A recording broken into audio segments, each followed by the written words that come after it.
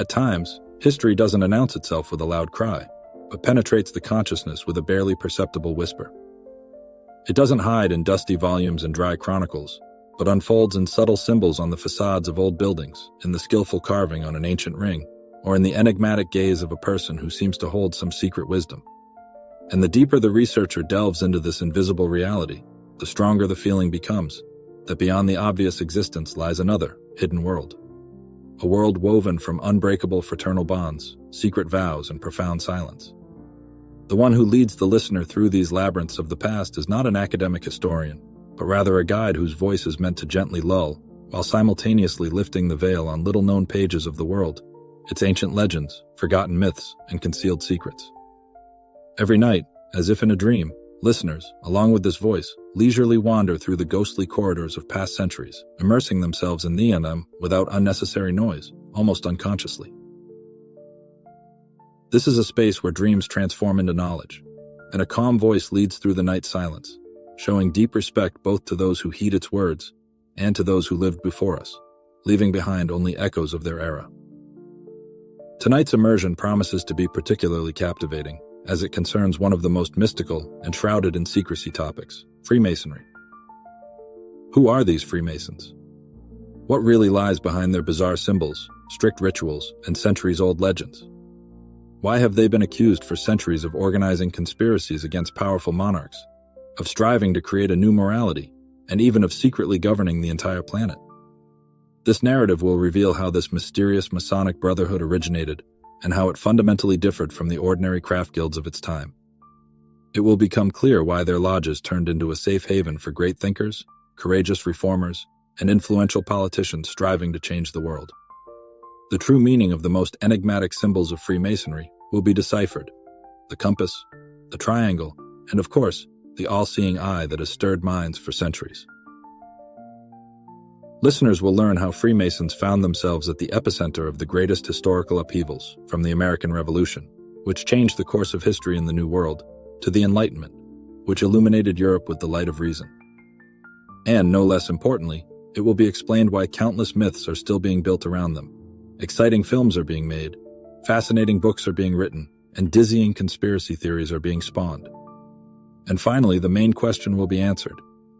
What of all this is undeniable truth, and what is merely a bizarre reflection of humanity's deep fears and unbridled fantasies? If the listener has a genuine interest in learning something new on the blurred boundary between dream and reality, it is recommended that they ensure they don't miss the following nightly journeys. By the time the narrative reaches its conclusion, many will probably already be sound asleep. Now is the time to get as comfortable as possible. Allow the shoulders to fully relax, and if desired, cover yourself with a warm blanket. In an atmosphere of soothing silence, as if in an old library where the air is filled with the aromas of wax and old leather, and as evening slowly descends beyond the window pane, consciousness immerses itself in contemplation. It is here, among the silent witnesses of the past, that the narrative unfolds. At times it may seem that the phenomenon of Freemasonry is nothing more than a skillful fiction. This idea is amazing, ancient, complex, but still just a fantasy. It concerns an order that many have heard something about, but no one has complete information about. It appears like a mirage, a shimmering image on the border of historical reality and dreams. Nevertheless, one only needs to look more closely to see that this mirage leaves quite tangible imprints of its presence. They are found on the majestic facades of old buildings, in intricate ornaments, in picturesque paintings, in the thoughtful layout of city squares, on ceremonial seals and rings, in the grandiose architecture of Washington and St. Petersburg, and even on the ordinary dollar bill. At this moment, the question involuntarily arises.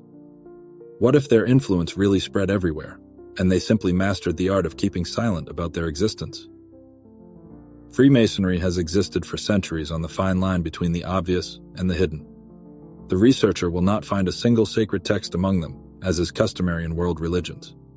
Nor is it possible to find a universal charter regulating their activities, unlike political parties. However, one can find many traditions and legends everywhere, and none of them is accidental or meaningless. One of the most ancient and significant is the legend of Hiram Abiff, an outstanding architect who supervised the construction of Solomon's temple.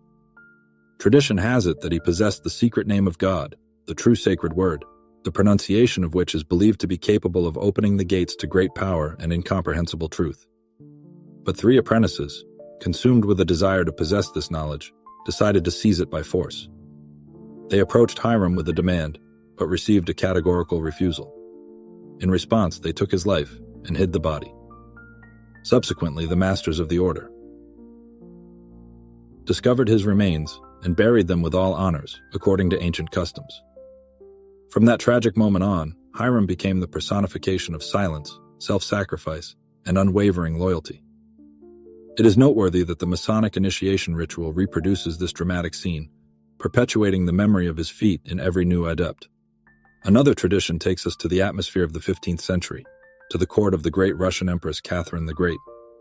There were persistent rumors that one of her majestic palaces, built in Tsarskoye Selo, was designed and built in strict accordance with Masonic principles. It was said that its architect was himself a member of one of the secret lodges, and that the perfect symmetry of the galleries, the verified proportions of the halls, as well as the hidden numerical formulas, were not just a manifestation of aesthetic taste, but a special language of symbols, accessible only to the initiated. It was claimed that the columns of the central hall were laid according to Fibonacci numbers, and that images of compasses, one of the key Masonic symbols, were skillfully laid out in the elegant parquet, which once again emphasized the hidden message, accessible only to those who understood its true meaning, and geometric outlines resembling squares when viewed from above. Some contemporaries were convinced that a secret lodge actually functioned at the imperial court, whose ranks, according to rumors, included such prominent figures as Orlov, Golitsyn, Novikov, and even the Empress herself, who was generally believed to have knowledge that exceeded her public statements. However, the deepest and most widespread myths have taken root on the American continent. Historical reality confirms that George Washington was a Mason. His inauguration took place in special gloves and an apron, which served as symbols of belonging to the order. It is said that the urban plan of Washington was deliberately designed in the form of a pentagram, and the obelisk erected in his honor reflects ancient Egyptian and Masonic symbols in its architecture. It is argued that the U.S. Declaration of Independence was created not only under the influence of the Enlightenment, but also under the influence of Masonic ideals of brotherhood, freedom, equality, and reason. And what is depicted on the dollar bill? It shows an eye enclosed in a triangle and hovering over a pyramid, an emblem that many interpret as the Masonic sign of the all-seeing eye, closely watching the world and directing its course. At the same time, the pyramid itself remains unfinished, which, according to some, symbolizes the incompleteness of humanity's path in its development. Behind these historical facts and widespread myths lies an area commonly referred to as conspiracy theory. There are claims that it was the Freemasons who were at the origins of the creation of the Illuminati, that they control the world's largest banks, penetrate government structures and church hierarchies. They are credited with being the driving force behind the French Revolution, as well as the creation of influential dynasties such as the Rothschilds and Rockefellers. It is said that their influence extended to the course of world wars, and they are credited with predicting pandemics, stock market crashes, and global changes in the world order. At the same time, some are convinced that their activities are aimed at serving light and progress, while others see them as bearers of darkness and destruction. There is a widespread myth that in the depths of one of the old European castles are stored secret books written in an undeciphered language, and that the fate of Napoleon Bonaparte was discussed in secret Parisian lodges long before his rise to the heights of power, and also that the Freemasons know the exact location of the Holy Grail and the ashes of Moses. Paradoxically, the more secretive and inconspicuous the order itself remained, the more actively and loudly it was talked about in society. The less information it revealed to the world, the more incredible deeds and influences were attributed to it. Thus, Freemasonry did not strive for public noise. Rather, it formed a kind of mystical image around itself, which then began to live its own, independent life in the popular consciousness. However, it is time to move from these fascinating legends and conjectures to genuine history. This is a history that can be carefully traced and confirmed based on surviving charters, historical dates, the architecture of stone halls, official seals, the names of prominent figures, and the geographical names of cities where the lodges were located. The very name Freemasonry. The word mason originates from the French language and translates as stonemason. This is not a simple coincidence because at the very beginning of their journey, Freemasons were a community of outstanding master builders. It was they who created majestic castles, grandiose cathedrals, and vast monasteries throughout Europe. These skilled craftsmen were united by deep professional knowledge and strict rules of conduct, which were carefully and consistently transmitted from older, experienced generations to young students. In order to protect the secrets of their unique craft from prying eyes and ears, they formed closed professional unions, known as guilds, entry into which was permitted only to the initiated. Over time, a unique way of communication and interaction developed around these construction guilds. They were not just professional associations, but genuine brotherhoods that united their members with bonds of mutual assistance, unwavering support, and non-disclosure of professional secrets. Within these associations, a strict and clear system of subordination was established, which contributed to the productive transfer of knowledge and allowed for effective supervision of the quality of construction. Gradually, the role of construction guilds underwent significant changes. Closer to the decline of the Middle Ages, and with the onset of the Renaissance, the relevance of such closed associations of builders gradually decreased. In addition, construction itself gradually lost some of its professional secrets, becoming more accessible. It was during this period that the guilds began to transform, gradually admitting people who were not directly related to the construction trade, but were inclined to deep philosophy and spiritual quests. These new members of the Brotherhood brought with them fresh intellectual and moral concepts of thinking, breathing new life into the old associations. Thus, craft guilds gradually transformed into a fundamentally new community, formed mainly by thinkers, scientists, and intellectuals. For them, construction symbolism now served as a means of expressing their own deep philosophical reflections on man and society. The actual construction of buildings was supplanted by allegorical construction, in which stone and tools acquired the meaning of symbols, embodying the impulse of man towards inner perfection and spiritual growth. It is this fateful historical shift, marking the transition from purely practical construction activity to a deep philosophical and symbolic understanding, that explains the extraordinary aura of mystery that has enveloped Freemasonry, as well as the abundance of traditions and speculations surrounding its symbolism. However, in order to comprehend how skilled craftsmen builders managed to lay the foundation for such a significant intellectual brotherhood, researchers need to turn to the very origins, to the medieval construction guilds, which served as the original core of this amazing phenomenon. Medieval Europe was a unique world where high spiritual ideals were harmoniously intertwined with grueling physical labor and a constant struggle for survival. Nevertheless, it was during this period, overshadowed by countless wars and devastating epidemics, famine, and deeply rooted superstitions, that monumental architectural creations were erected, capable of still evoking admiration from modern man. Behind these majestic Gothic cathedrals, impregnable castles, and secluded monasteries lay the titanic labor of a special category of masters, professional stonemasons, who united in closed communities known as construction guilds. The stonemasons of the Middle Ages possessed a truly exceptional set of skills and deep knowledge, without which it would have been impossible to transform an ordinary pile of rough stones into a grandiose and majestic temple. They acted simultaneously as skilled engineers, far-sighted architects, and subtle artists, since their skill required not only the construction of reliable and durable walls, but also the creation of airy, elegant arches, intricate vaults, and the smallest, filigree decorative elements. To achieve such a level of mastery of these complex arts required many years of hard training and tireless practice, the secrets of which were carefully guarded from the curious eyes of outsiders. Over time, construction guilds transformed into closed professional associations, characterized by a strict internal hierarchy and a system of transferring accumulated knowledge developed to the smallest detail. A young apprentice, as a rule, joined the guild in his teens, and for many years learned the intricacies of the craft under the careful guidance of an experienced master. He gradually mastered both the practical methods of working with stone and the fundamental principles of mathematics, geometry, and architecture. When his skill reached the required level of perfection, the apprentice was granted the right to be called a journeyman, and then, having demonstrated his deep knowledge and honed skills at a special qualification test, received the opportunity to become a true master, capable of independently leading the most complex projects, required not only many years of training, but also adherence to a strict hierarchy. Such a rigid class structure and lengthy training were due to deep reasons. The craft of stonemasonry contained secret knowledge that allowed the construction of structures capable of withstanding the test of centuries, invariably preserving their original aesthetics and indestructible fortress. These most valuable secrets were verified geometric ratios, a harmonious combination of structural components, unique formulas for binding mixtures, and specialized techniques for processing stone material. Construction guilds, realizing the significance of this knowledge, sought to protect it within their professional brotherhood.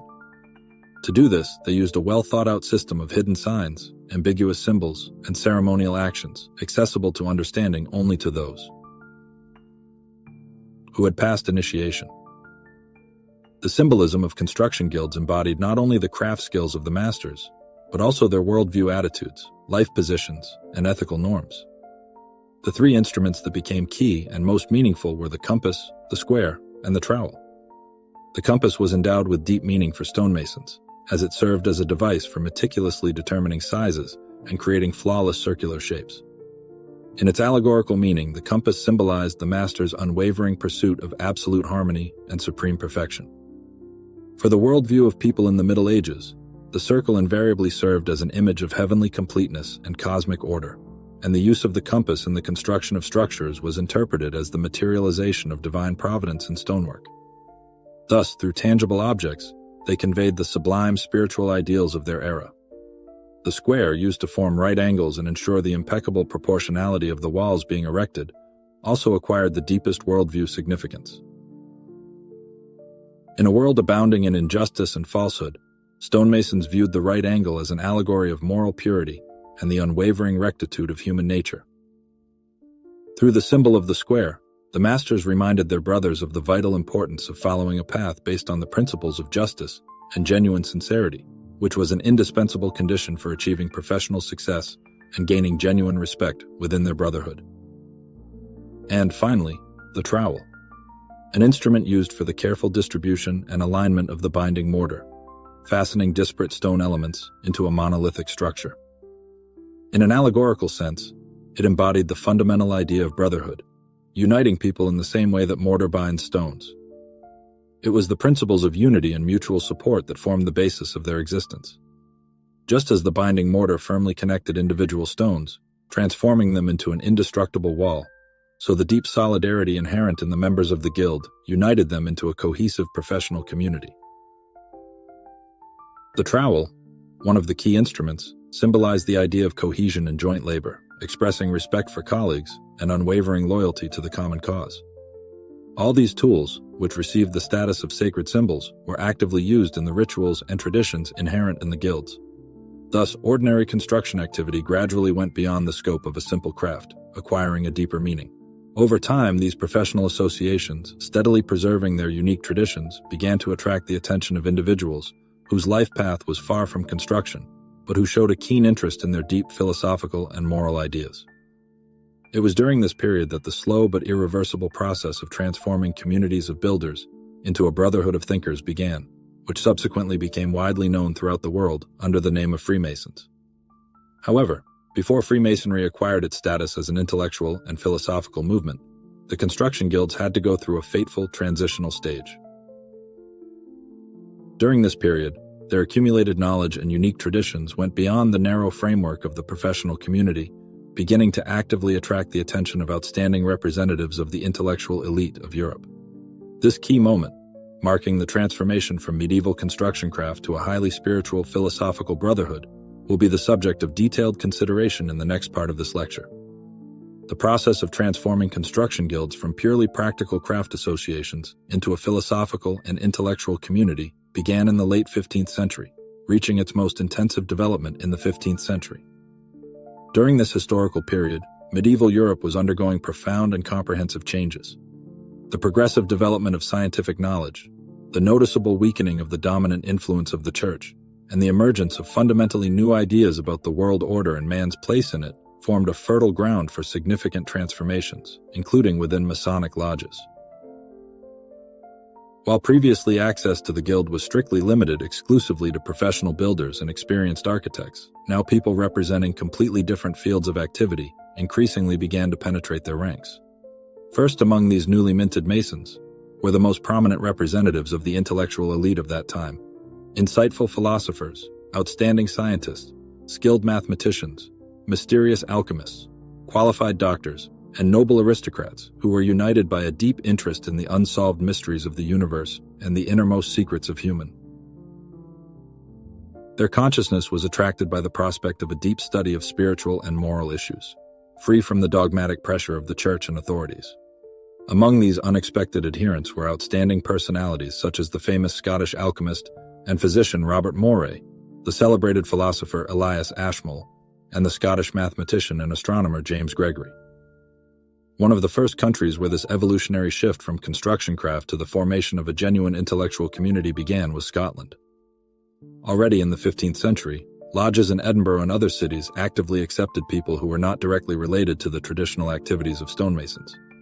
Within the walls of these lodges, ordinary stone and construction tools acquired the status of deep allegories, serving as a means for comprehending elevated philosophical and moral problems. Thus, Scottish intellectual lodges delved deeply into the study of ancient texts and legends, analyzed dilemmas of morality and ways of spiritual perfection of man. They enthusiastically discussed how the symbolism of construction tools can be applied to the comprehensive moral education of the individual. Members of Scottish lodges were not limited to mere intellectual dialogues. They cultivated a distinctive internal environment in which ancient traditions, esoteric ideas, and strict rules of conduct were harmoniously intertwined. Lodge meetings took place in a secluded setting, illuminated by the flickering of candles, surrounded by mysterious symbols and carefully crafted rituals created on the basis of ancient building traditions. It was in this atmosphere that the practice of accepting new members through initiation took root, a sacred rite of passage where the candidate had to demonstrate his deep understanding of the moral and philosophical ideas of the lodge. The lodges themselves usually gathered in specially designated rooms or in the cozy spaces of private residences, where, in an atmosphere of trust and strict confidentiality, they could openly discuss any ideas. There they immersed themselves in reading and comprehensive discussion of the monumental works of ancient philosophers, medieval alchemists, and modern thinkers. Participants had the opportunity to freely argue about the most profound existential and ethical dilemmas, without the slightest fear of being accused of heresy or condemned for violating generally accepted social canons. In addition to Scotland, a similar transition actively. In the 17th century, the Masonic movement actively developed not only in England, but also in France. In the French lodges of that era, in addition to recognized scientists and deep philosophers, members also included representatives of the highest aristocratic society. Among them were personalities closely associated with the royal court, for whom belonging to Masonic lodges was perceived as an extremely prestigious intellectual pursuit. This membership not only emphasized their high social status, but also served as public evidence of their deep education. It is noteworthy that in the French lodges of that period, mystical quests and a deep allegorical study of ancient traditions were also added to the traditional intellectual pursuits.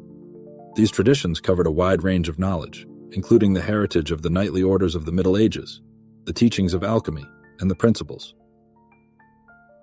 of Kabbalah. However, in the summer of 1717, an event occurred in the capital of Great Britain, London, that forever changed the vector of development of Freemasonry, giving it a completely new status and unprecedented significance. On June 24th, on the solemn day of St. John the Baptist, delegates from 4 independent London lodges gathered at a historic tavern called the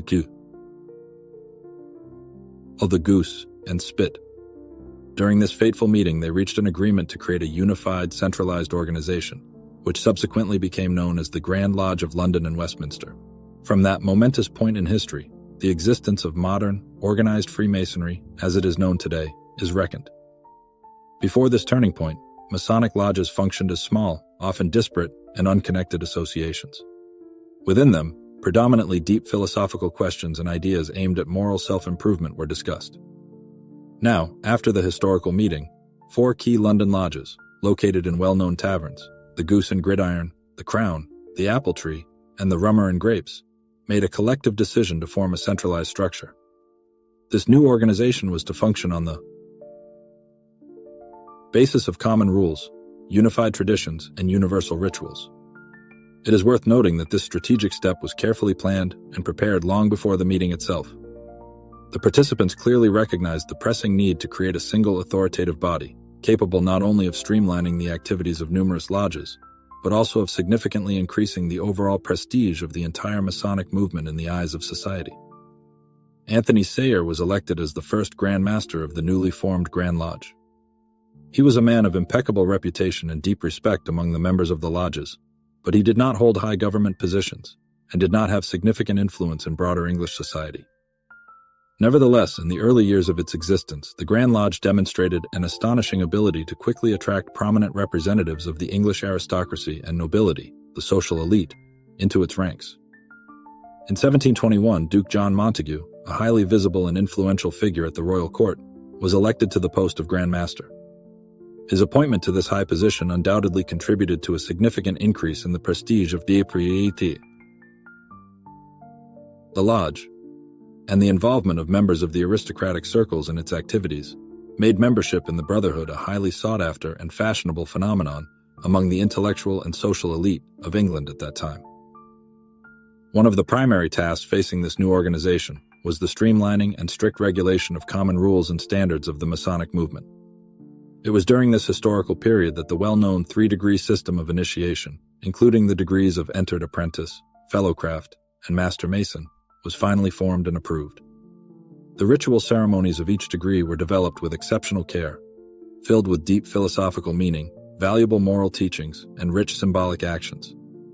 These solemn ceremonies were designed to promote the comprehensive spiritual and intellectual development of each Mason, instilling in him the fundamental principles of morality and true fraternal solidarity. Among other things, the Grand Lodge of London was the first to introduce common constitutional documents intended to regulate the internal structure and daily life of individual lodges. The most famous of such documents is, of course, the Constitutions of the Freemasons, written by James Anderson in 1723. Anderson, a Scottish clergyman and a distinguished member of the lodge, carried out colossal work in systematizing existing rules and traditions, clearly defining the principles of relationships between different lodges and members of the Brotherhood, and laying a solid foundation for Masonic philosophy. These constitutions served as the cornerstone for the entire Masonic movement and were readily adopted by Masons in many other countries around the world. Thanks to its high organization and extremely clear structure, the Grand Lodge of London quickly gained undeniable authority not only in England, but also far beyond its borders. Representatives of the upper classes of society, prominent intellectuals, and significant cultural figures who were attracted by the atmosphere of freedom of thought, as well as the high ideals of humanism and tolerance that prevailed in the lodges, actively joined the ranks of the Masonic Brotherhood. Among these people were outstanding philosophers, talented writers, famous scientists, and even influential diplomats, who could freely and openly discuss the ideas of the Enlightenment and social progress within the walls of Masonic lodges, without fear of persecution or accusations of violating traditional foundations and orders. Beginning in England, Masonic ideas and coherent organizational principles rapidly spread throughout the European continent, covering vast territories, including France, Germany, Holland, and many other countries.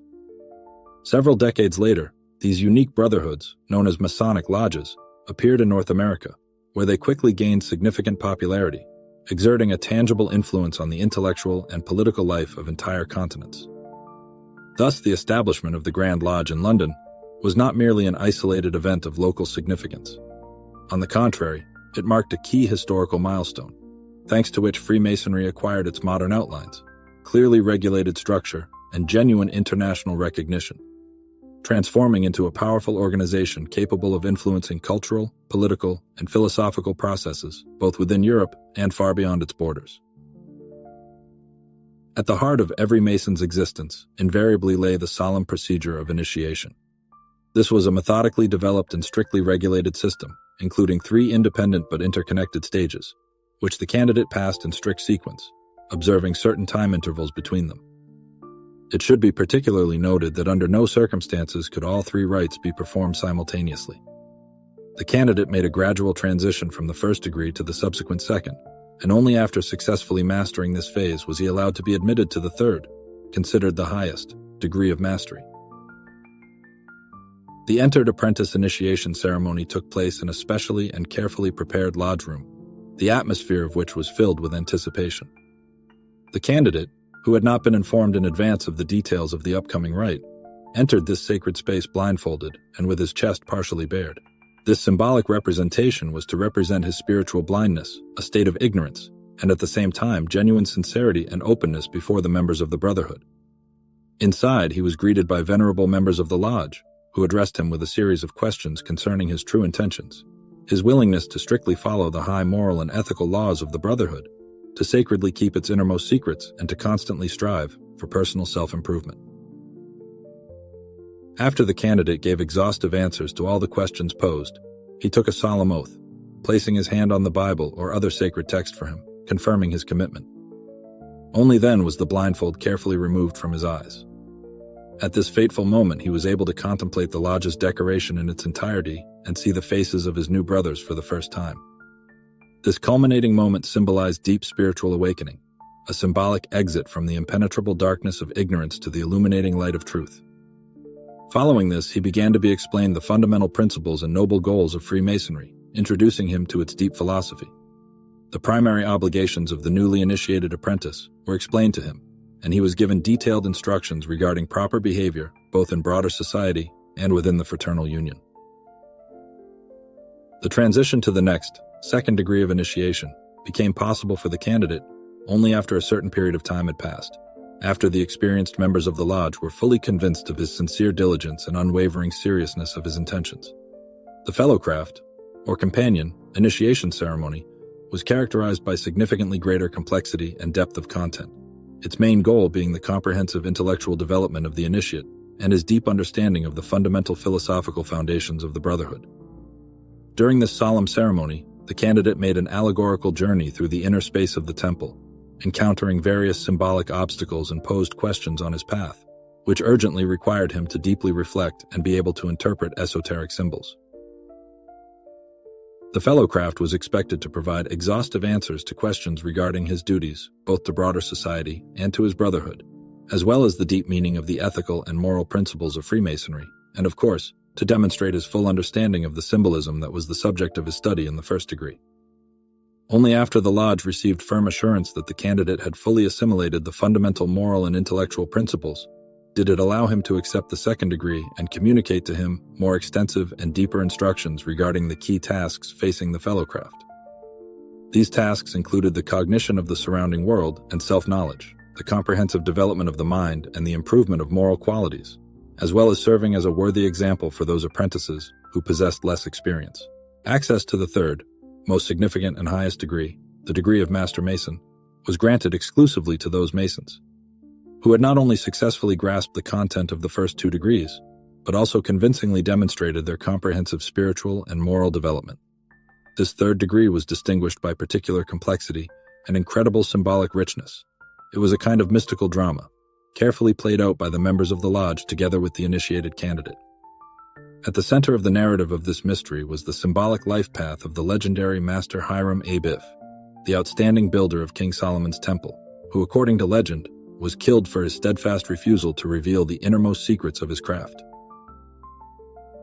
The initiated candidate literally experienced the tragic fate of Hiram, embodied in the form of a carefully staged ritual performance.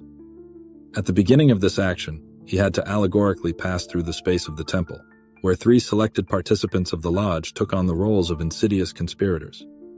They blocked his path, insistently demanding the disclosure of the innermost secrets of the master. When the candidate steadfastly refused to comply with this requirement, he was symbolically struck, first with a light touch to the shoulders and chest, and then carefully laid on the floor, thereby recreating the image of his symbolic death. This stage of the ritual occupied the central, in fact, culminating place. The candidate, being in a state of absolute vulnerability and complete surrender, rested on the floor, experiencing a metaphorical dying off of his former self. Then the masters of the lodge, using a unique ritual gesture available only to those who had already passed the path of initiation, raised him. This action symbolized the spiritual rebirth of the candidate, his new birth not just as a full member of the brotherhood, but also as a person who realized the true value of being and the fundamental importance of ethical foundations. After the completion of the rite, the candidate was revealed in detail the deep meaning of what he had just gone through. Death in this context is only a symbolic reminder of the transience and ephemerality of bodily existence, while true life and the pursuit of immortality are found in unceasing spiritual perfection, unwavering fidelity to duty, and high moral ideals. The completion of the third degree ritual was the final initiation of the candidate into the rank of Master Mason, the solemn presentation of the corresponding insignia, and a detailed explanation of the new, more extensive duties associated with deep responsibility before the younger brothers in the lodge itself, and ultimately, before all of society. The symbols of Freemasonry are often at the center of various myths and extensive conspiracy theories, where ancient legends, sacred religious images, and unfounded speculations about some hidden control over the destinies of humanity are intricately intertwined. Nevertheless, behind each of these signs lies not fiction, but a specific historical background and the deepest semantic content, which turns out to be much more fascinating and significant than the most intriguing and mysterious fabrications. Among the many Masonic symbols, one of the most recognizable and actively discussed is rightfully considered the all-seeing eye, also known as the Eye of Providence. Visually, this powerful symbol represents an eye placed inside a triangle and surrounded by a halo of shining rays. Although in modern times this sign is often perceived by many as something mysterious, mystical, or even intimidating, its true roots go back to deep antiquity, being closely associated with the most ancient traditions of mankind. Already in the civilization of ancient Egypt, there existed a symbol very similar in form and meaning, the Eye of Ra, which symbolized divine protection and all-encompassing wisdom. Subsequently, in the periods of the Middle Ages and the Renaissance, the image of the eye was actively used in Christian iconography, serving as a symbol of the all-seeing God, vigilantly watching over the deeds of people.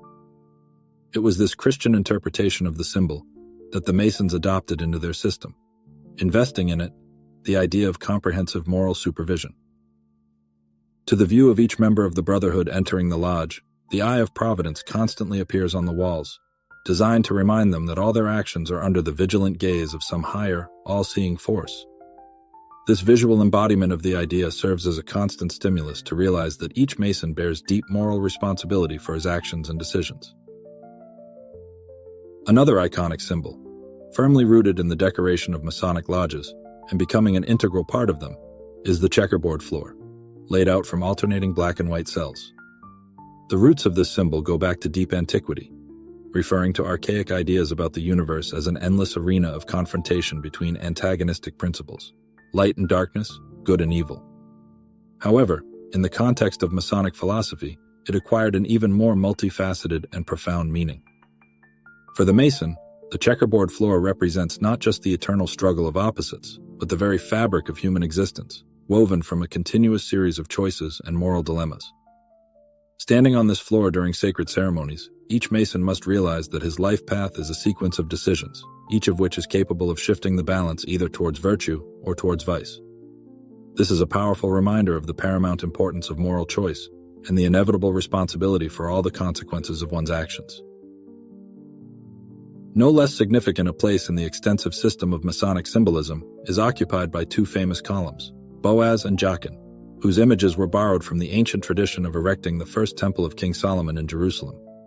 According to the canonical biblical narrative, these majestic supports were located directly in front of the entrance to the temple, symbolizing unwavering stability and indestructible strength, as well as deep wisdom in combination with harmony.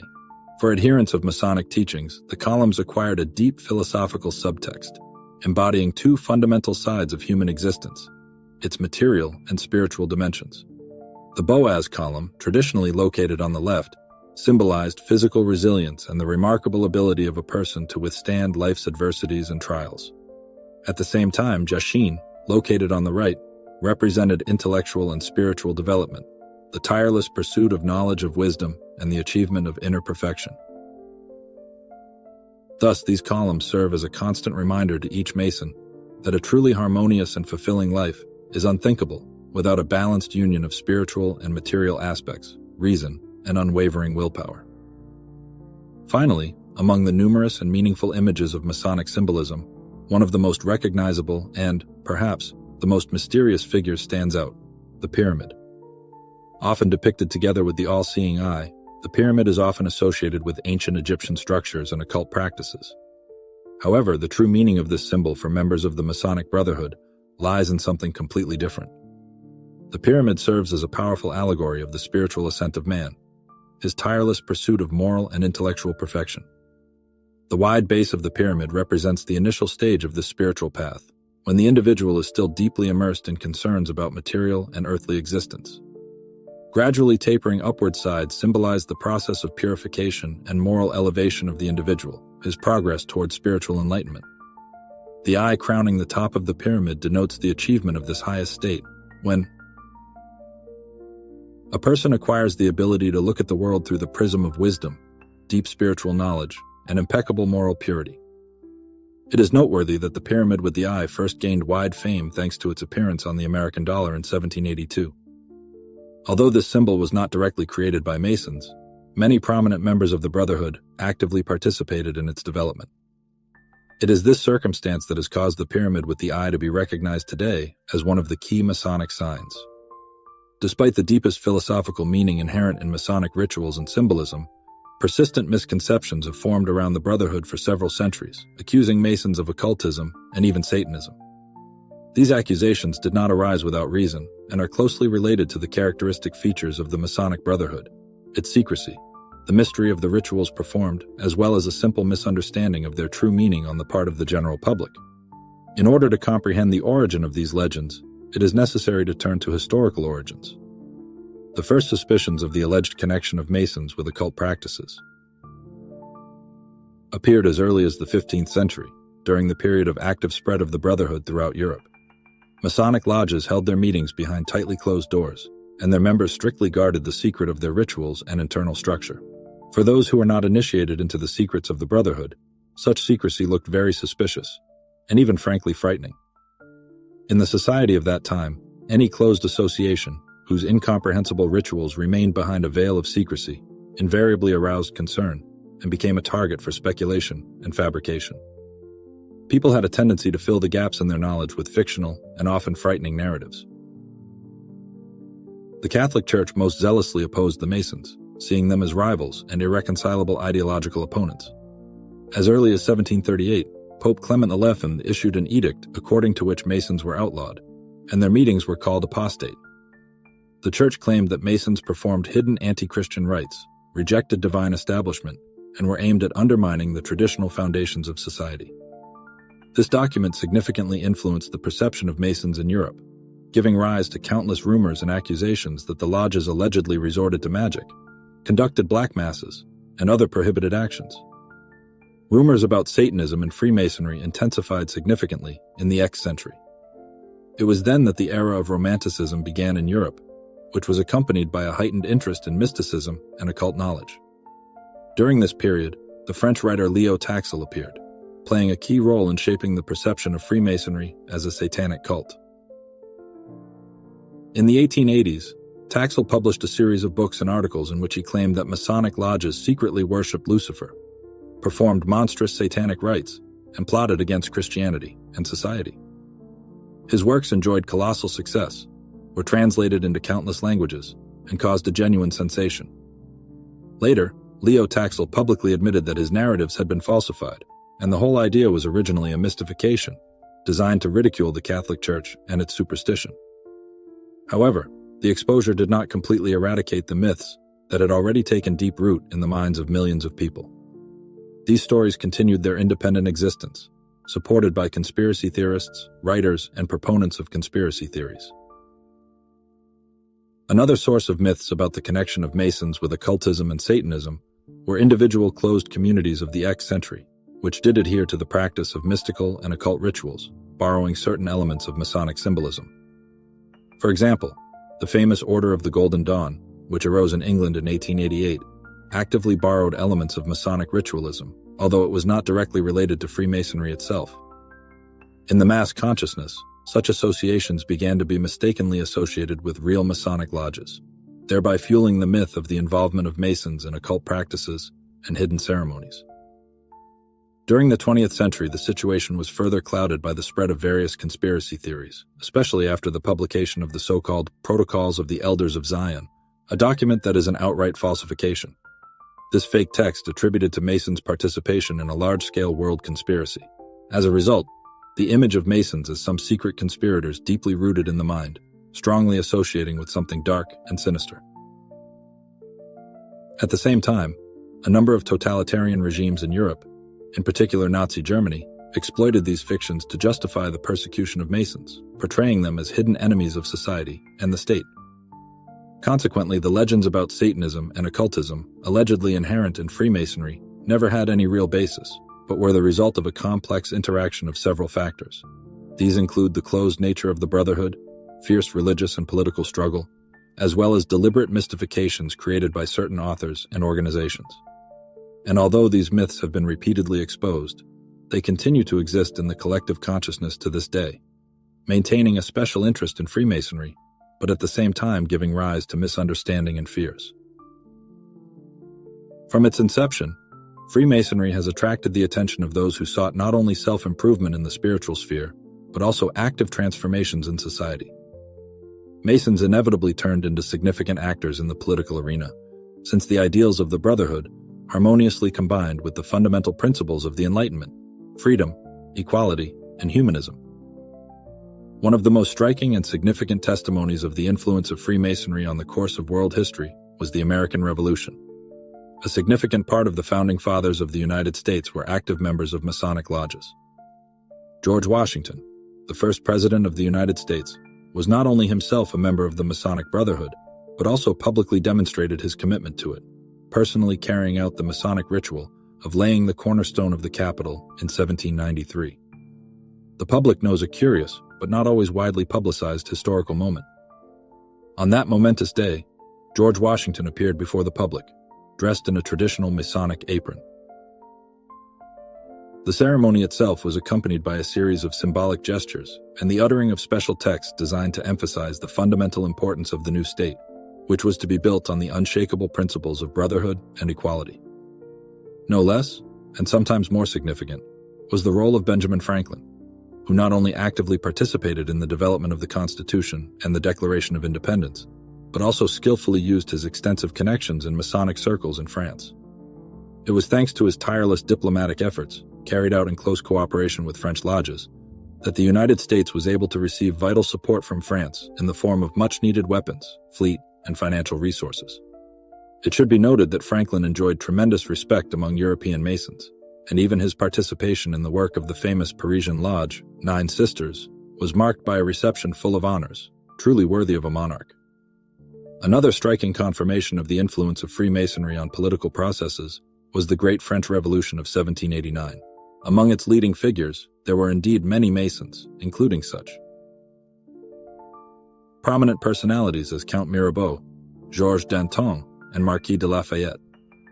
It was Lafayette, a celebrated hero of two revolutions, who occupied a key position, managing to rally the liberally minded nobility and representatives of the bourgeoisie around him. He was a member of the Lodge of St. John in Paris, where the concepts of constitutional monarchy and civil liberties were actively and thoroughly discussed.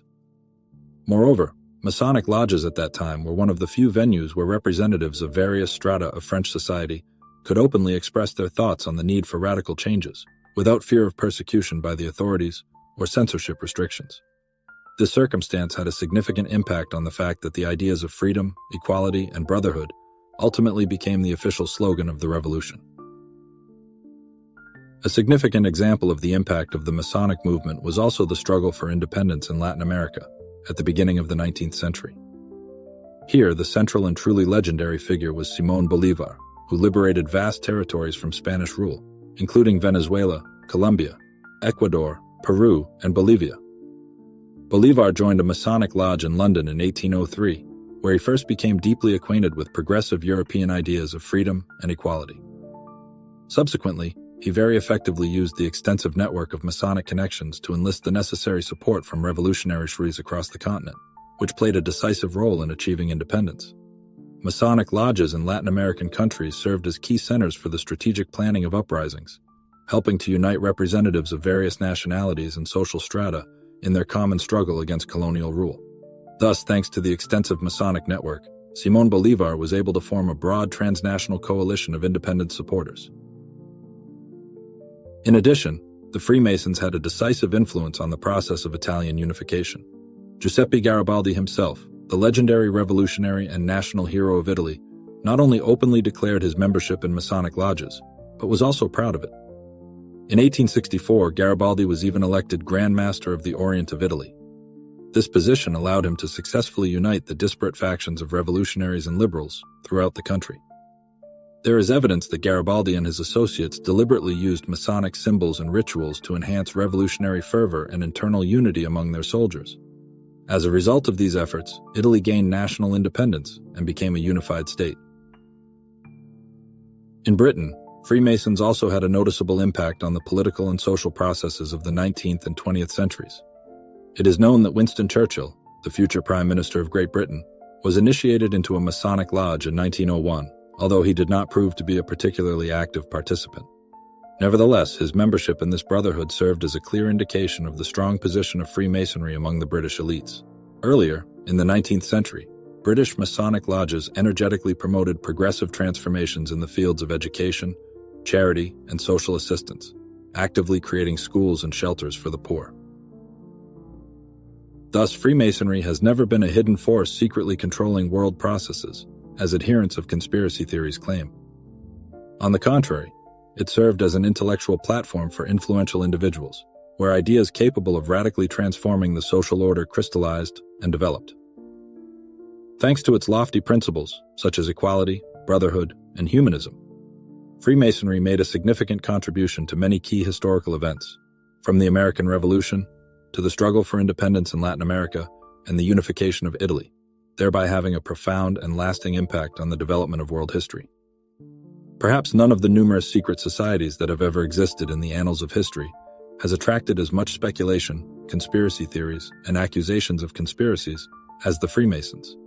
From the earliest stages of their existence, they have invariably found themselves at the epicenter of the most incredible assumptions, from claims about their behind-the-scenes management of global processes to the development of grandiose plans to establish some kind of single secret world government.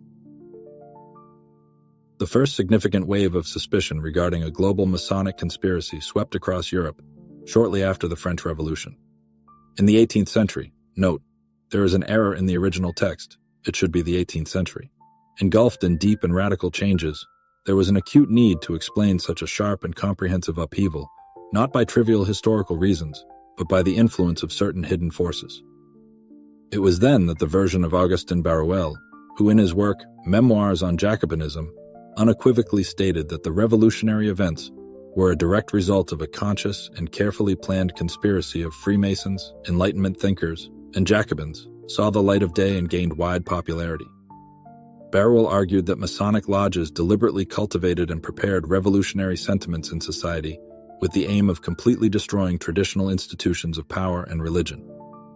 This book instantly became a bestseller, and its main theses quickly spread throughout Europe, firmly establishing in the public consciousness a stable image of Freemasons as revolutionaries and insidious conspirators. The next significant episode that significantly influenced the formation of Masonic myths was the sensational mystification organized by Leo Taxil. Taxil, initially known as a staunch anti-clericalist, and then demonstratively returned to the bosom of Catholicism, set himself the goal of discrediting the Freemasons by presenting them in his numerous books as outright Satanists and devoted admirers of Lucifer. He skillfully invented a secret organization called Palladium, which allegedly controlled all Masonic lodges in the world and openly worshipped the forces of evil. His incredible and fantastic stories were taken seriously even by the Vatican and were distributed in hundreds of thousands of copies, reaching a wide audience. However, in 1897, Taxil publicly admitted that it was all just a figment of his imagination and a grandiose mystification, without any real basis. Nevertheless, the damage to the reputation of Freemasonry had already been irreparably done, and the idea of Freemason Satanists was firmly entrenched in the minds of the general public for a long time. Later, at the beginning of the 20th century, another, no less sensational and destructive mystification appeared: the Protocols of the Elders of Zion. This forged document allegedly revealed a secret program of world domination, according to which Jewish and Masonic conspirators sought to destroy traditional state structures, overthrow monarchies, and establish their undivided rule over the world. Despite the fact that already in 1921 a certain document was officially recognized as a fake, it was actively used by various anti-Semitic and anti-Masonic movements, including Nazi propaganda. Such use only further entrenched in the mass consciousness the image of Freemasons as a certain secret organization obsessed with the desire for world control. It is noteworthy that the myth of a single global Masonic leadership, often referred to as the world government, completely ignores the actual structure of Freemasonry. Historically, Masonic lodges have never been subordinate to a single international center. There was also no supreme Masonic leader who would direct the actions of Freemasons around the world. On the contrary, Masonic organizations have always maintained their autonomy and independence, and sometimes even found themselves in open conflict with each other due to differences in views or conflicts of interest. This circumstance completely contradicts the idea of a global Masonic government, allegedly coordinating all events on the planet. The widespread myth that Freemasons completely controlled revolutions is also significantly far from historical reality. Although many prominent revolutionary figures did belong to lodges, this did not mean that Masonic organizations directly controlled these major upheavals. Rather, Masonic lodges served as a convenient intellectual platform where progressive and revolutionary ideas could be freely disseminated and actively discussed. However, the revolutionary events themselves were never centrally prepared or directed from some kind of single Masonic headquarters. On the contrary, among Freemasons there could simultaneously be both convinced revolutionaries and staunch conservatives who strongly opposed any changes. For example, during the French Revolution, Freemasons included both supporters of a constitutional monarchy and radical Republicans who were in fierce conflict with each other. The reason for the widespread conspiracy theories concerning Freemasons lies in their simplicity.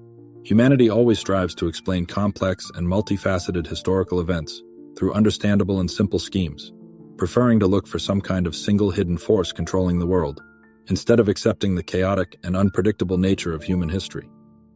By its nature, marked by deep secrecy and shrouded in a veil of mysterious rituals, Freemasonry was perfectly suited to fulfill a certain role, especially in times when society was experiencing crises and periods of uncertainty.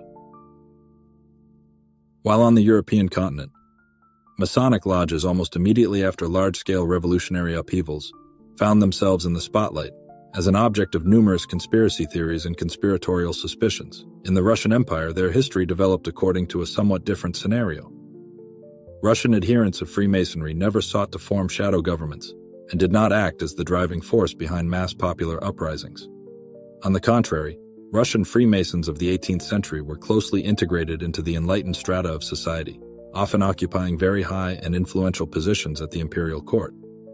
However, the attitude of Russian monarchs towards the Masonic movement underwent significant changes, directly depending on the personal qualities of the ruling emperor and the general political situation in the state. The first sprouts of the Masonic movement appeared on Russian soil back in the era of Peter the Great, but the true flourishing of this secret society occurred during the reign of Catherine II, especially noticeable in the second half of the 18th century.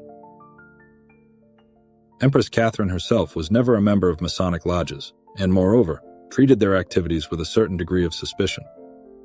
Nevertheless, among her closest associates and courtiers, there were many high-ranking Freemasons who had a significant impact on the social and cultural spheres of the country's life. As a prime example, one can cite Prince Alexander Mikhailovich Golitsyn, who held significant government positions and enjoyed the exclusive personal confidence of the Empress. His activities were not limited to participation in the work of Masonic lodges. He also actively promoted the widespread dissemination of Enlightenment ideals and thoughts in Russian society. In that era, Masonic lodges became centers of attraction for the most prominent representatives of the Russian nobility, uniting under their command the most influential aristocrats and government officials, as well as prominent writers and progressive intellectuals. Among the many lodges that existed in Russia, the Three Stars Lodge, founded in the imperial capital, St. Petersburg, achieved special recognition and authority. Its members included such outstanding personalities as the famous journalist and educator Nikolai Ivanovich Novikov, the influential senator and statesman Ivan Perfilyevich Elegin, the famous writer-publicist Alexander Nikolaevich Radishchev, and many other devotees of their time. A distinctive feature of Russian Freemasonry was its fundamental orientation not towards political coups and revolutionary transformations, but towards a deep spiritual and moral improvement of society. Members of these brotherhoods actively devoted themselves to charitable activities, established printing houses and libraries, published magazines and books, consistently disseminating ideas of moral self-development, universal education, and service to the public good. An especially clear testimony to the influence of Masonic circles in the Russian Empire was the fruitful work of Nikolai Ivanovich Novikov. This outstanding figure, being a deeply convinced adherent of the ideas of the Enlightenment, not only founded his own printing house, but also established the publication of numerous magazines and books that actively disseminated advanced views for that era. Thanks to Novikov's tireless efforts, Russian society gained wide access to the works of French Enlightenment philosophers, as well as to publications on natural sciences, economics, and philosophy. Empress Catherine the Great initially treated such activities with approval, seeing in them an effective means for education and enlightenment of the population. However, her favor soon changed to anxiety, as the sovereign noticed how surprisingly quickly ideas capable of undermining the traditional monarchical order were spreading. As a result of these fears, Novikov was arrested in 1792. His printing house ceased its work, and the activities of all Masonic lodges were placed under the vigilant supervision of government agencies. With the accession to the throne of Emperor Paul I in 1796, the attitude of the Russian autocrat towards the Freemasons underwent radical changes. Paul I was inclined to see in any form of secret organization a direct threat to the stability of his rule and the existing political order. Seized with fears about the spread of revolutionary ideas from France, in 1798 he issued a decree completely banning the activities of all Masonic lodges. It is noteworthy that this ban was extremely severe and comprehensive in nature. Freemasons who had previously held high government posts were forced to publicly renounce their membership in lodges, and violators faced serious punishments, up to exile and confiscation of property. This ban was not a simple formality. It was accompanied by real persecution and repressive measures. Many Russian Freemasons were dismissed from public service, deprived of their ranks and positions. Printing houses and publishing houses that had ties to Masonic circles were closed, and books and magazines printed under the influence of Masonic ideas were destroyed or withdrawn from circulation. Thus, the fate of Freemasonry in Russia in the 18th century is a story of alternating ups and downs, determined primarily by the political sentiments of the ruling monarchs. If during the reign of Catherine the Great Freemasons had the opportunity to act relatively freely, actively spreading Enlightenment ideas, then under Paul I, they were under the strictest ban and persecution, which sharply cut short their public activities and significantly changed the further history of Russian Freemasonry.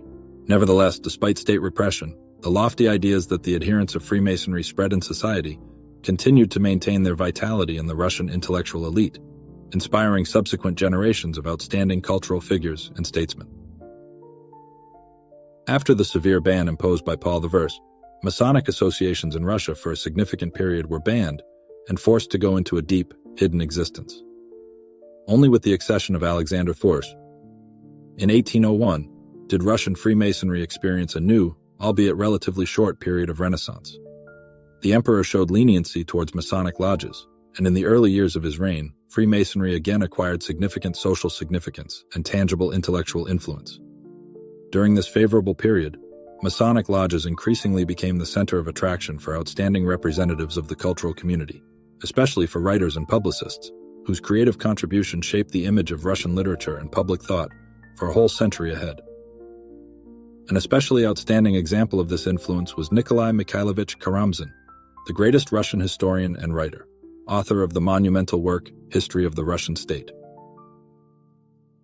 Karamzin openly declared his membership in Masonic lodges, actively involved himself in their work, and drew from the ideas of brotherhood an impulse for his deep historical and philosophical reflections. It was the Masonic environment that awakened in Karamzin a sustained interest in fundamental issues of morality, principles of humanism, and the fate of Russia, which then found its expression in his historical works and literary works. The Karamzin Circle played a significant role in the formation of the Russian intelligentsia of the 19th century, for whom the Masonic concepts of humanism and moral perfection were especially resonating. Alexander Sergeyevich Pushkin, although not officially listed in Masonic lodges, maintained strong ties with people who were active members of these organizations. Masonic ideas left a noticeable imprint on the poet's worldview and were widely expressed in his work. In particular, his close communication with the Decembrists, many of whom were members of Masonic lodges, is well known. Communication with them stimulated the development of Pushkin's liberal views and found expression in his works, such as Eugene Onegin and Boris Godunov. Moreover, his poetry was saturated with reflections on freedom, morality, and the role of the individual in history. These were key topics actively debated in Masonic circles of that time. Among the galaxy of outstanding figures associated with the Masonic movement in Russian culture, Alexander Fedorovich Labzin stood out in particular. This versatile man, known as a philosopher, talented writer, and far-sighted publisher, devoted himself to actively promoting the ideas of enlightenment and comprehensive moral improvement. In the 1810s, he began publishing the journal Zionist Herald, which soon transformed into a significant center of spiritual life for Russian society of that period. Its pages regularly featured deep philosophical articles, carefully executed translations of the works of foreign thinkers, as well as materials directly reflecting the principles and views of Masonic philosophy. The publication gained wide recognition among the educated public, which allowed the ideas of moral self-development and selfless public service to gain wide dissemination and take root among the most influential part of the Russian elite. However, after the dramatic events of the Decembrist revolt in 1825, the government of Emperor Nicholas I again resorted to severe repression directed against Masonic lodges. These organizations began to be viewed by the authorities as dangerous hotbeds of freethinking and a direct threat to the existing monarchy. In the following decades, Freemasonry in Russia was forced to go into an exclusively underground existence, significantly losing its former influence and virtually ceasing any open activity. A brief and very limited revival of the Masonic movement occurred only at the beginning of the 20th century, when after the Revolution of 1905 in Russia, there was again a surge in the activity of various social and intellectual movements. Masonic lodges reappeared in St. Petersburg, Moscow, and a number of other major cities of the Russian Empire. But their activities turned out to be significantly less noticeable and not as influential as it was in the 18th or 19th centuries. After the October Revolution of 1917, the new Soviet government immediately decided to outlaw Masonic organizations, classifying them as anti-Soviet and bourgeois elements. This forced many Freemasons to mass emigration. Many well-known members of lodges found themselves in exile, mainly in France and other European countries. In foreign lands, Russian Freemasons attempted to preserve their fraternal traditions. Russian Masonic lodges were established in Paris and some other European capitals, which included many prominent representatives of Russian culture and émigré intelligentsia. Among them were such writers as Ivan Bunin and Dmitry Merezhkovsky, as well as the famous philosopher Nikolai Berdyaev. Nevertheless, due to separation from their homeland, the gradual loss of any influence on the events taking place in Soviet Russia, and the natural passing away of the older generation of Russian émigrés, the Masonic movement abroad gradually declined. Throughout the 20th century in the Soviet Union, Freemasonry was under the strictest ban. It was perceived as an irreconcilable ideological opponent, as a secret association completely antagonistic to the communist system. Only towards the end of the century, during the period of perestroika, and after the collapse of the USSR, steps were taken in Russia to revive Masonic lodges, but this happened in radically changed political and social conditions, without the former scale and widespread support. Today, the Masonic movement is not at all a rudiment of past eras, but a dynamically developing, although not as shrouded in secrecy as before, social phenomenon. Modern Masonic organizations operate openly in almost all parts of the world. At the same time, numerous myths about them are still widespread. But what is this brotherhood in our time, and what is its true role?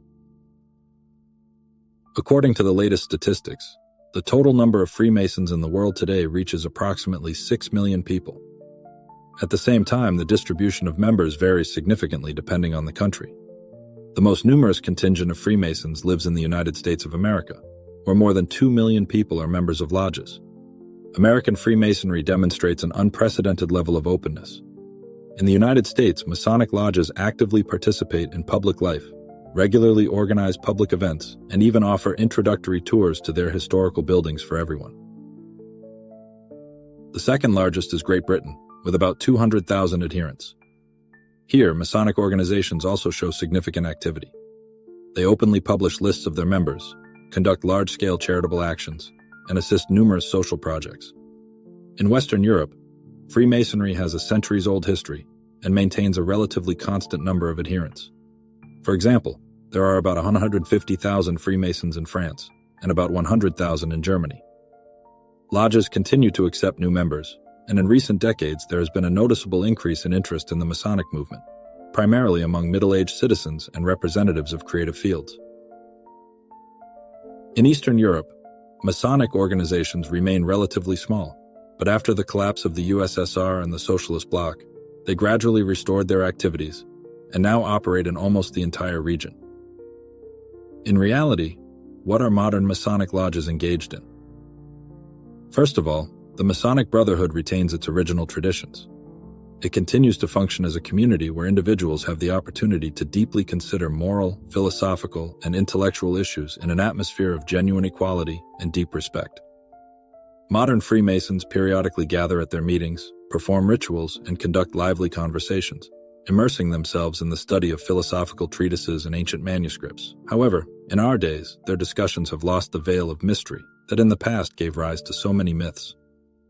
Nevertheless, the key vector of the efforts of 21st century Freemasons is philanthropic activity and extensive social support. For example, in the United States and Great Britain, Freemasons annually allocate colossal funds, amounting to tens of millions of dollars, to medical research, assistance to children's hospitals, patronage of educational programs and universities, as well as to various social projects around the world. Thus, Masonic organizations actively finance hospitals, provide assistance to children with severe ailments, initiate the creation of free clinics, and support programs for the poor and elderly citizens. In some states, such as the United States, Masonic hospitals and medical centers have earned a reputation as one of the most advanced in terms of service and quality of medical care. Another significant aspect of the activity of modern Freemasons is patronage over the spheres of education and cultural heritage. Lodges often provide financial assistance to educational institutions, establish grants for talented students, provide funding for projects to preserve historical heritage, and restore architectural masterpieces. In Great Britain, for example, Freemasons systematically allocate significant donations to the restoration of historical buildings, which are not only associated with the brotherhood, but also possess outstanding cultural and national value. Regarding political influence, modern Freemasons differ drastically from their predecessors of the 18th and 19th centuries. Today, Freemasonry fundamentally emphasizes its non-partisanship. Lodges strictly prohibit open discussion of political and religious matters at their meetings to prevent internal disagreements and confrontations within the brotherhood. This rule is almost universally and strictly adhered to, and is under the strict control of the leadership of Masonic organizations. For this reason, the actual impact of Freemasons on politics and decision-making these days is negligible and significantly less than the level they had in the past. And although modern Masonic lodges demonstrate unprecedented openness and transparency in their activities, Freemasonry is still shrouded in myths and arouses distrust among a segment of society that is accustomed to seeing hidden motives and secret goals behind it. In reality, 21st century Freemasonry is primarily a public organization with a pronounced philosophical bent, whose activities are aimed at cultivating moral self-development, providing mutual assistance to its members, and actively participating in charity. Today's Freemasons openly share information about their aspirations, publish information about their members and events, and tirelessly strive to maintain a positive public image. Dispelling centuries of misconceptions and speculation, Freemasonry has long gone beyond the exclusively academic study by historians, transforming into a vivid and recognizable image of mass culture.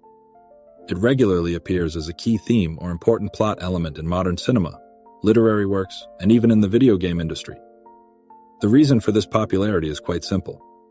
The aura of mystery surrounding Freemasons, their distinctive rituals, unique symbolism, and centuries-old history easily capture attention and ignite the imagination of the general public. Perhaps one of the most notable examples of such broad cultural influence was the book, The Da Vinci Code, by American writer Dan Brown.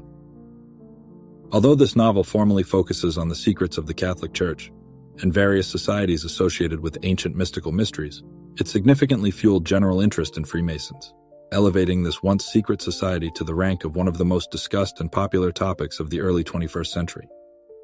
Brown's subsequent works, in particular The Lost Symbol, are already directly devoted to Freemasons and their legends.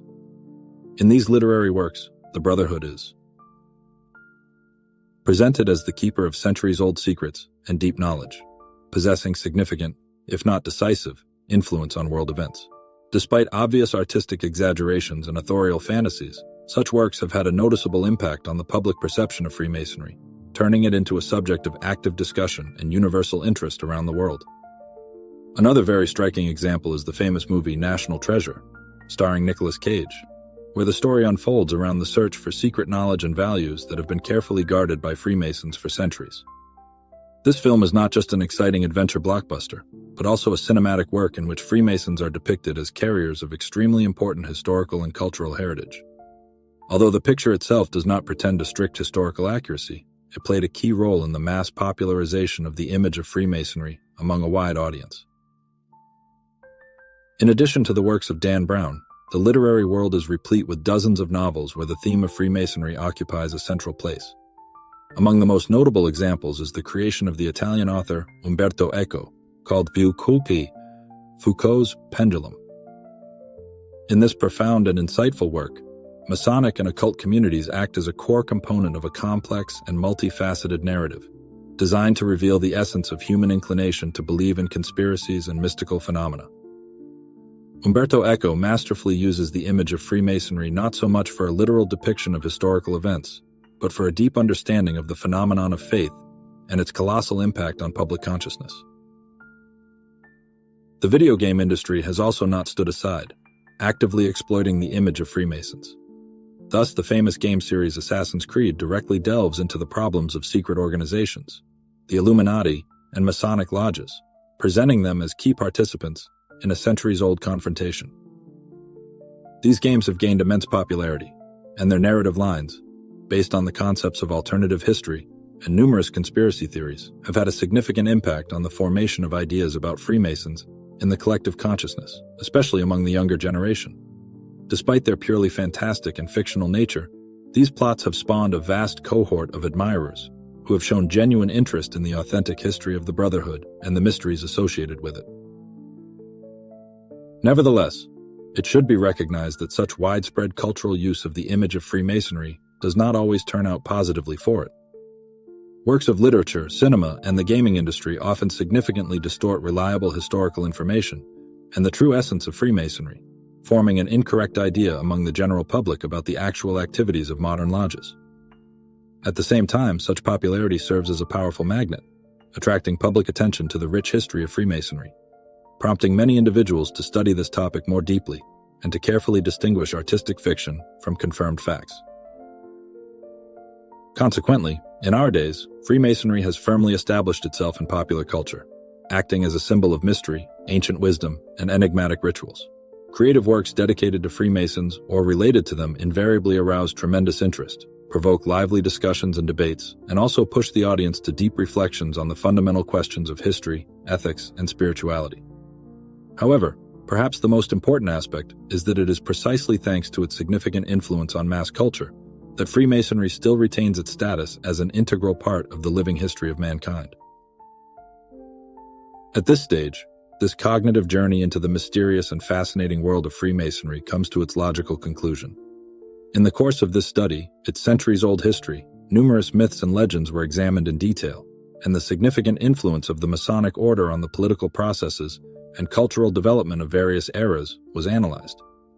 The authors sought to help the audience separate factual data from speculative fabrications, providing an objective view of this closed society. Sincere gratitude is expressed to all viewers for their attention and interest in the presented material. The audience is invited to continue to stay in touch with the project, expressing their support by subscribing to the channel, and new meetings are expected within the framework of future educational lectures.